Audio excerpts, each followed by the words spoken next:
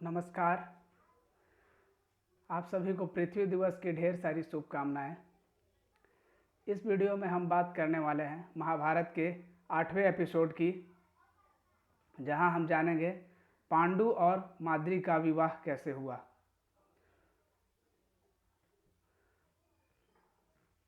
इस वीडियो को शुरू करने से पहले आपसे मेरी छोटी सी प्रार्थना है कि आप अपने विचार और सुझाव कमेंट में अवश्य दें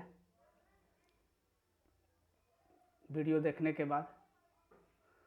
तो स्टार्ट करते हैं। भीष्म शिष्य पांडु एक मजबूत तथा साम्राज्य विस्तारवादी शासक था। इसने काशी, अंग देश, बंग देश, कलिंग, मगध और अन्य सभी जगहों पर अपना अधिकार कर लिया था।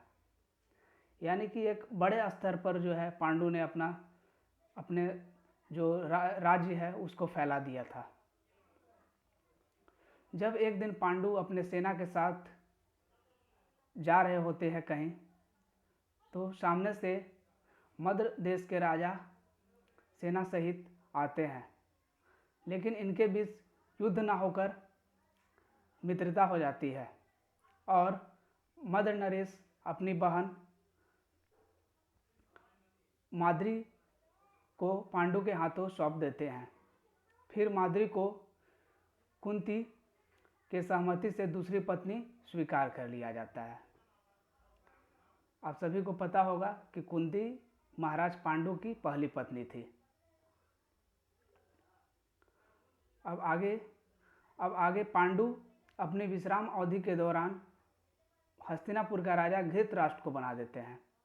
घृतराष्ट्र उनके बड़े भाई हैं जो कि अंधे थे। तो इससे घृतराष्ट्र बहुत प्रसन्न होते हैं, उनको बहुत खुशी का अनुभव होता है राजा बनने के बाद।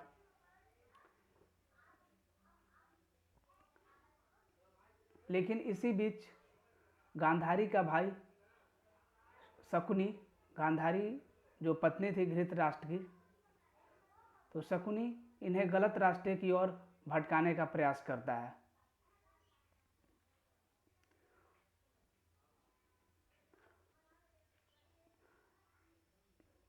जैसा कि रामायण में भी महारानी कैकेयी को दासी मंथरा ने गलत शिक्षा देकर अयोध्या को 14 वर्ष के लिए सूना कर दिया था। किंतु हम पूरी तरह से शकुनी या कैकेयी को दोषी नहीं ठहरा सकते, गलत नहीं कर सकते हैं। इसमें गलती महाराज धृतराष्ट्र और महारानी कैकेयी का भी है, जिन्होंने अपने विवेक और समझ का उपयोग नहीं किया, और इसका परिणाम बहुत बुरा हुआ आगे जा कर के। अतः इस भाग से हमें यह सीख मिलती है कि हमें किसी के बात को तुरंत नहीं मान लेना चाहिए, बल्कि अपनी बुद्धि और समझ का प्रयोग करना चाहिए। मिलते हैं अगले वीडियो में, तब तक के लिए जय श्री कृष्ण।